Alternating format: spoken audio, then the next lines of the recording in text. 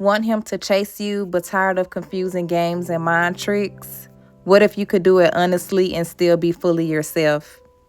Chasing and being chased can feel like a delicate dance. Today, I want to share how to invite his attention and interest without manipulation, just authentic confidence and clear boundaries. First, know your worth. When you truly value yourself, you naturally become magnetic. You don't need to prove your worth or compete for his attention. Confidence shines brighter than any game.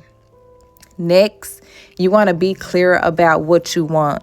Honesty is attractive. Share your desires and feelings clearly without pressure or demand.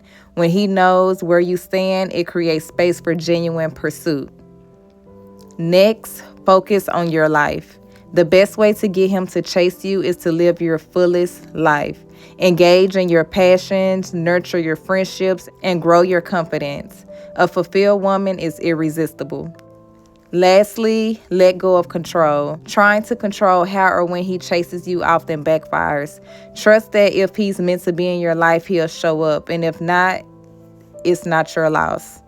Being authentic and confident is the most powerful way to make him chase you.